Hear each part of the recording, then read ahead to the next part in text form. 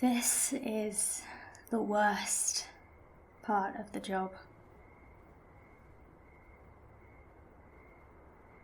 It's fairly obvious. I knew I'd have to do things like this. I didn't think it would be this bloody hard, though. It's easy to distance yourself when you're not actually part of the situation.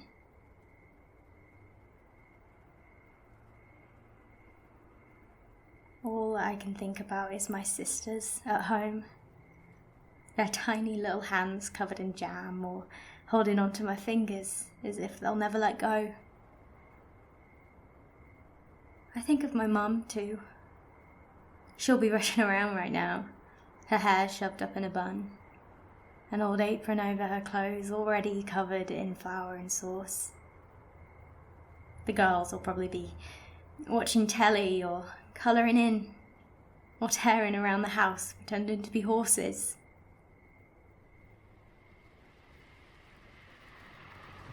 They've been a bit wild since their dad up and left. I think about what my mum's face would look like if she were to open the door and see one of my colleagues stood the way I am now. Hat clutched under their arm, a serious look on their face. She'd know. Straight away, she'd definitely know, especially after last time. I always thought that everyone knew when they opened the door to a police officer. I thought it was common knowledge what that meant. Bad news. I thought people automatically ran through all of their loved ones in their head when they last saw them, what they last said to them. I was surprised the first time I had a job like this. I knocked on the door and was greeted by wide smiles. I got invited in and they took my coat, asked how I was, said they hadn't seen me around before and wondered if I was new.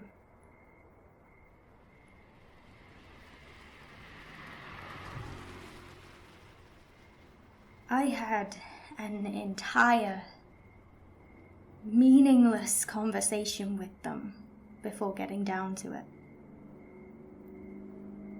Haven't made that mistake again. It only made things harder.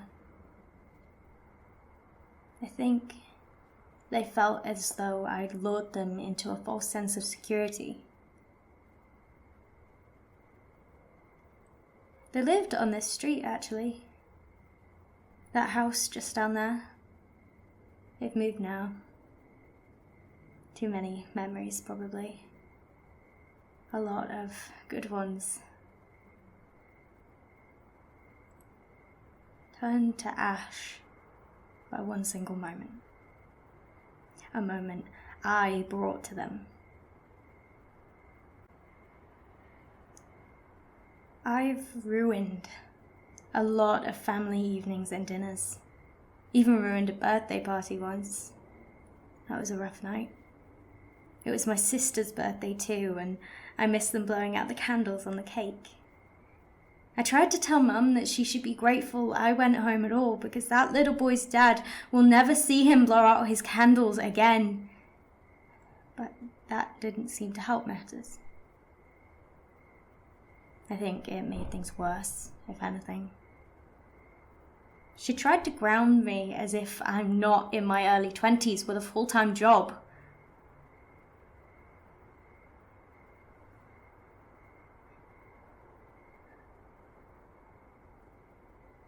We're not meant to do this alone, but we're short-staffed tonight. I've never done it by myself before.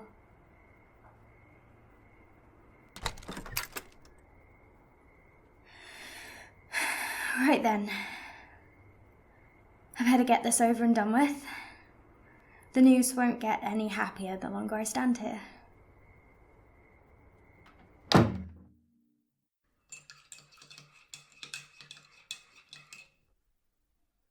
I used to love a good cuppa. Tea was one of those things that I could count on after a long day or during a cold night. It was always there to cheer me up. They call it a warm hug, don't they? A mug of tea. It's been ruined for me now. Tastes too bitter.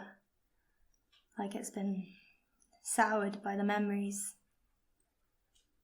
I normally just sit cradling it between my hands, using it as a barrier between myself and reality, as if it could actually do anything to protect me from what's happening. Then, when the conversation gets really difficult, I just stare down into the milky brown liquid and pray. I'm not sure who I'm praying to. Myself? God?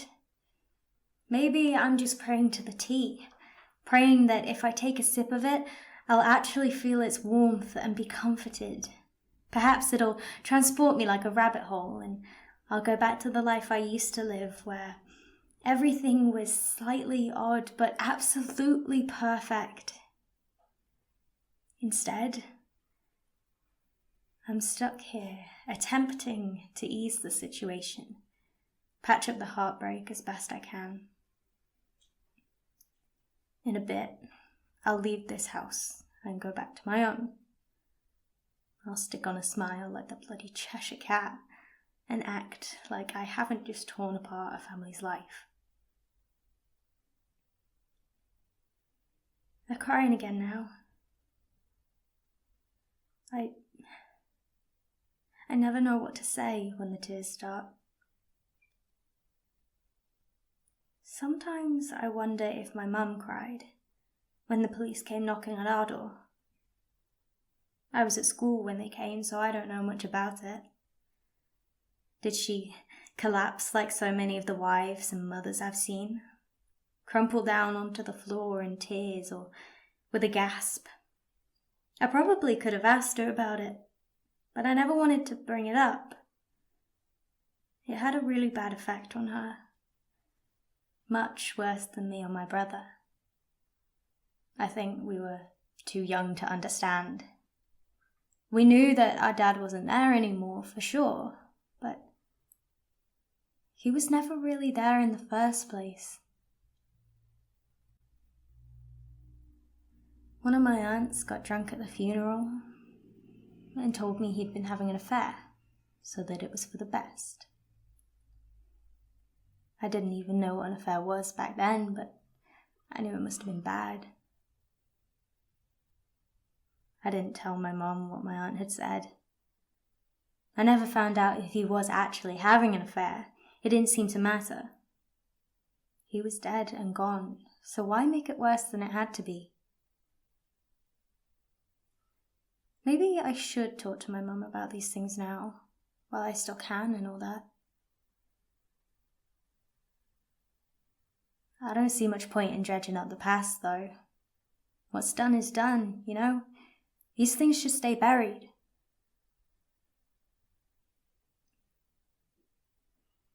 It was their youngest daughter. Car crash. Same as my dad. She was only 17. A drunk driver coming the wrong way down the road and went straight into her. They'll write something in the paper about how she was extremely bright for her age and a joy to be around. They'll say that she would have gone far and her family and friends will treasure her memory forever. She probably was a fantastic kid. That's how it works. All the best people are taken from you far too soon. Not that that was the case with my dad, but there you go. That's just life.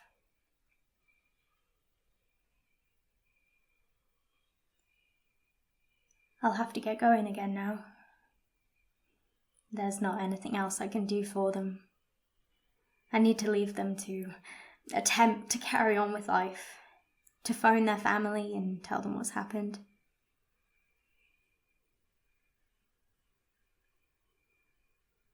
That's that then.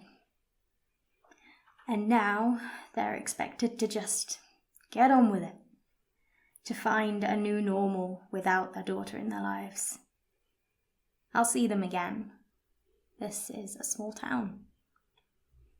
I'll pass them in the street or arrest their son for stealing from the local shop.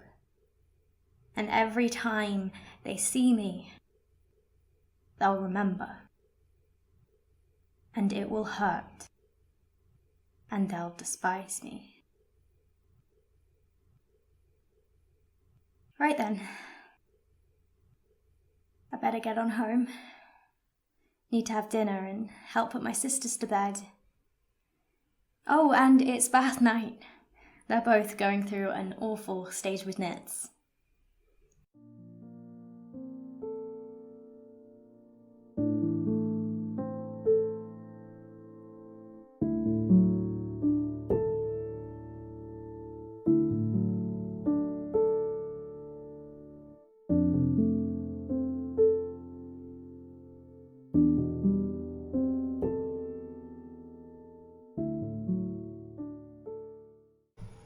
Sorry, mate, you snooze, you lose. Not my fault. People tend to get a bit pissy when you con them out of money. Not con, and con isn't the right word. Con implies that you don't have a chance. And that it's all pre-prepared, which isn't the case here. I play fair. As long as you pay attention, you get to keep your money. It's a life lesson, if anything, on how not to get scammed in the future. It's a simple card trick, you see. 3-card Monty or find the lady, depending on your persuasion. So, I show the, shall we say, customer 3 cards, 2 jokers and an ace, and give them a bit of a shuffle. Then all they have to do is find the ace again. Simple, eh? The trick? No. The game works because most people are too complacent and confident, and complacency and confidence makes you lazy and ignorant, and laziness and ignorance makes you stupid. The trick begins before you've even started. I move the cards nice and slow and clear. You see this over the previous customer's shoulder whilst you're walking past. This makes you think that it's not so hard, and that guy was just a bit, thick. So, you come up, all balls and brass, and place a bet of your choosing, and that's when I sweep in with the misdirection. You drop your wallet, sir. Sorry, madam, your shoelaces are undone. Anything like that, and as soon as your eye's gone for a little wonder, that naughty little ace pops out for a little walk into me pocket. And out comes a 3rd joker. Nobody expects the 3rd joker, and I take your cash. You only get one go, mind. You can't keep guessing or the game's ruined. The game isn't finding the card. The game's being smart. You need to keep your eyes on the cards at all times, and even then your chances are slim, to be honest with you. I learned it from a guy down on the high street a couple of miles that way. Quite a while ago now. Genius he was. His hands moved like the wind, you couldn't keep track. He could hold the Queen of Hearts in front of you, wave in front of your face, show you both sides, place it down on the table, tell you not to look away, and then ask you to find it again. Obviously you look confused, you think it's a trap. You point at the one single lonely card on the table, and he turns it over, and it's a photo of Elvis. Every time, without fail, he tricked the people, everyone, rich or poor. Not that it mattered, mind, he never took any money. Did it all for the fun, for the game, the challenge. I watched that trick for 8 years, I reckon. A couple of times a week, and never once worked it out. I still don't know. It's true wizardry, that. I dream of getting to that point one day. I play it in my mind every night from 1,000 different angles. I will get it one day. I don't like taking people's money, I promise I don't, but I don't know how to do much else, and also, that's the thing with stupid people, they often don't have much money to begin with, which makes it feel worse to take it. I tried being a carpenter for a bit, because it's what my old man did and he wanted me to do it too. I was never too keen. It was too straightforward, too easy. And I know what you're thinking, that sounds like the dream job, but I like a challenge. I like competing with myself, betting against myself, proving myself wrong. I like not knowing whether I'll lose money or gain money, come back richer or poorer. I like not knowing. It gives me drive and motivation. Having a job, a reliable one with a yearly wage and security and that, is great for some people, but I prefer that spontaneity. I prefer that spontaneity of not knowing where I'll be tomorrow or who with. Anyway, I stopped doing that soaring and hammering crap and started making small bets here and there with the horses and the football and that, and every time I'd lose. Every time. I never was very good at it. Obviously they themselves bet on you not winning and that's how they make their money, and that got me to thinking. I wonder how much they make per day. Thousands? Hundreds of thousands? Millions? That's the job I want. I want people who are willing and stupid to beg me to take their money, get on their hands and knees and throw money at me. And on a much smaller scale, that's what I like to think is happening. I don't force anyone to make a bet, they offer it, and then when they lose they offer another one, until all their food shop money is gone. I like to think it teaches them a lesson, like they go away more responsible. It's probably exactly that. Something I like to think, regardless of how true it is. I want to get to the point where I don't need to do that, where I can just do it for the art alone, no money exchanged. Find a job you love, they say. Find a job you love and never work a day. I found a job I love, and I want to do it forever. I really do. And never work a day.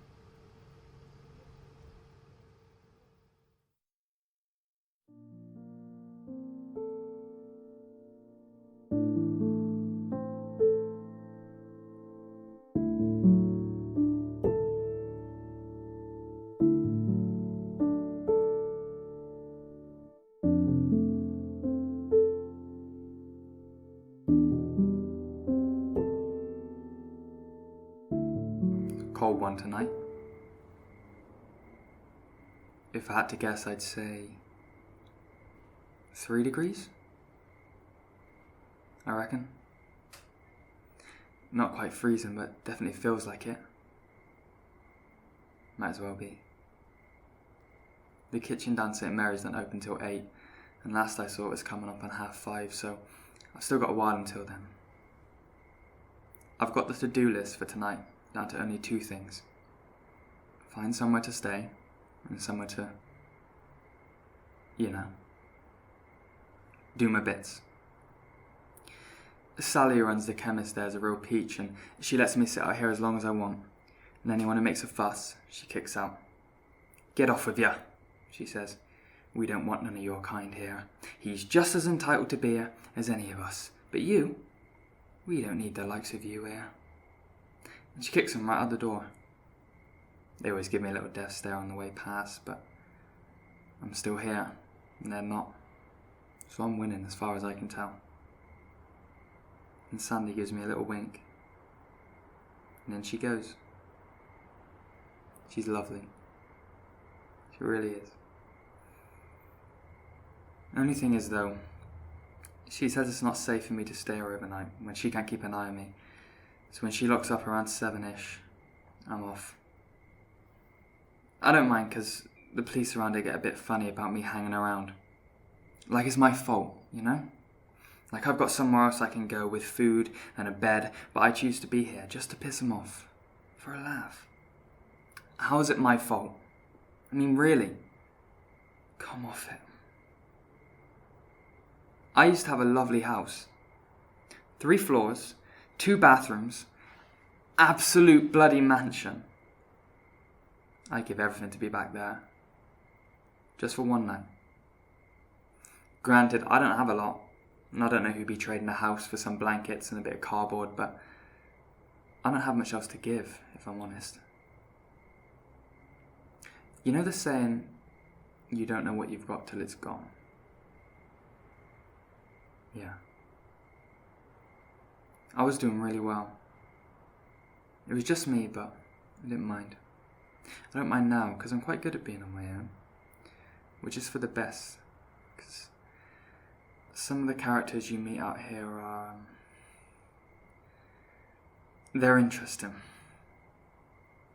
Anyway, I didn't mind being on my own, because it's one of those areas, you know, where everyone knows each other, everyone helps each other out and waves as they go past.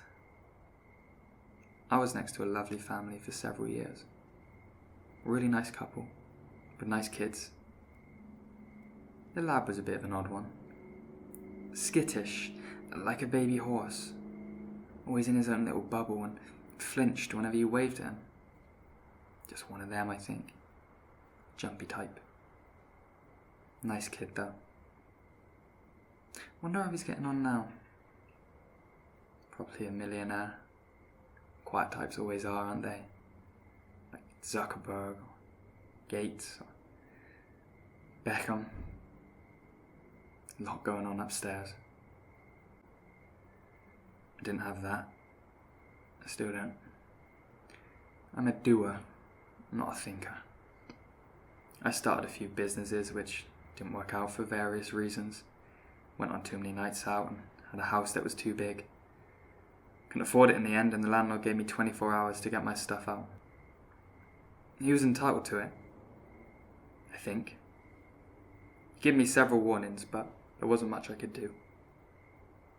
Didn't have any family that I'm in contact with, and none of my mates had that sort of money to lend me, which I understand.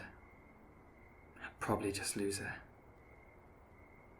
I sofa surf for a bit, but once you've been around a few times, people start losing their patience. They always say, stay as long as you need to, Mark. I've learned that's more of a figure of speech than a verbal contract. There's always a deadline. I've got out a few small loans for food to convince people to let me stay a few extra nights. The thing about getting a loan is that when you've eventually got money, you're paying the loan back, you know? So you're back to not having any money. It never ends. I lost most of my stuff over the last couple of years. Sold it or traded it. There's quite a big trading system us lot have over this end. Someone gets their hands on some new clothes or soap or something. Doesn't matter how. You don't have the luxury of caring. Beggars can't be choosers. So you give up something you've got, like a little radio or a pack of pens or something. And you go on doing that until you've got nothing left. And then you go out and you get some stuff which people give you for their things. And you're back to square one. I had a guitar for a couple of weeks. Never learned to play it though. What was the other thing I had to do? Oh yeah, find somewhere to pee. I'm bursting.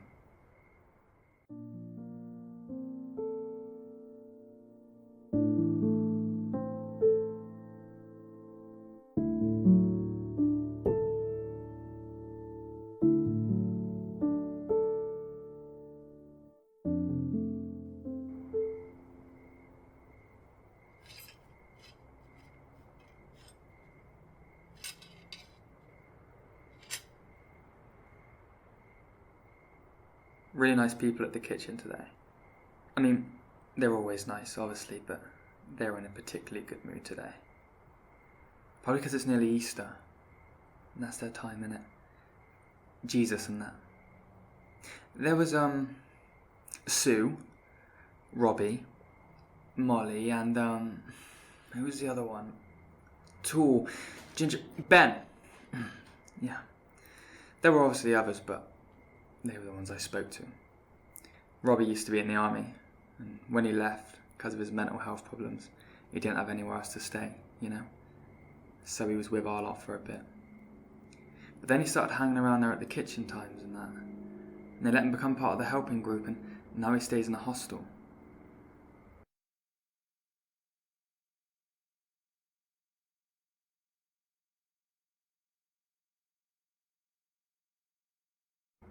Impressive, that. Wish I had a hostel. I'd stay around there more too, because it's nice and warm and the people are really friendly and they treat you like a person and don't avoid making eye contact with you, which is a nice change. Only thing is, they've got a lot on because there's a lot of us around these parts and I don't want to be a bother. I feel like I take too much of their time anyway, just talking to them. I try not to linger. My time will come, I think. I just need to be patient. This is one of those God's test things that Molly was telling me about. She said, what is it? She said, God gives people tests to see if they're deserving of his rewards. So I reckon this is as big as a test as it gets. And it just means a bigger reward. Right? Kitchen isn't open tomorrow, so I'm not sure when I'm going to get the chance to eat. They had to close recently because of flooding or pipes or something, so I didn't eat for 3 days. It's alright though, because it just made me drowsy, so I slept through most of it. I don't get enough change to buy food. I think it's the cup. It's not very appealing. Maybe I need to paint it, make it a bit brighter. I used to have a hat, but someone nicked it whilst I was asleep. Not the worst thing that ever happened to me. And if it means someone gets a warm head for a bit, then good on them. I walk down the train station in the morning and grab one of the newspapers off the benches. I like keeping up with the news and that. Of course I do. But I really like doing the crosswords. It keeps my brain awake. And maybe one day someone important will see me doing it and realise that I'm not stupid or a drug addict just because I'm here and not in a fancy office like them. They'll give me a job and a suit, somewhere really respectable like a fancy office, and then I can get my house back. Only issue is, I don't have a pen at the moment. I find one sometimes, but people generally chuck them because they don't work, so they never last very long. But it's fine, you see, because I've learnt to do them in my head. I just need to remember where all the letters I've already done go, which isn't always easy. But the ones I forget I have to work out again, so the whole thing lasts longer anyway. Keeps you busy being out here. Not sitting around on the sofa doing nothing. Constant work for the mind, if you keep the motivation to do it. For example, what's my list for tomorrow? Go back and see Sally in the morning. Find a newspaper. Find a pen. Paint my cup. Or find a replacement hat. And find somewhere to get some food. Oh, and I still need to pee. I don't think I like this test business. I hope I pass soon. I don't know how much I've got left in me.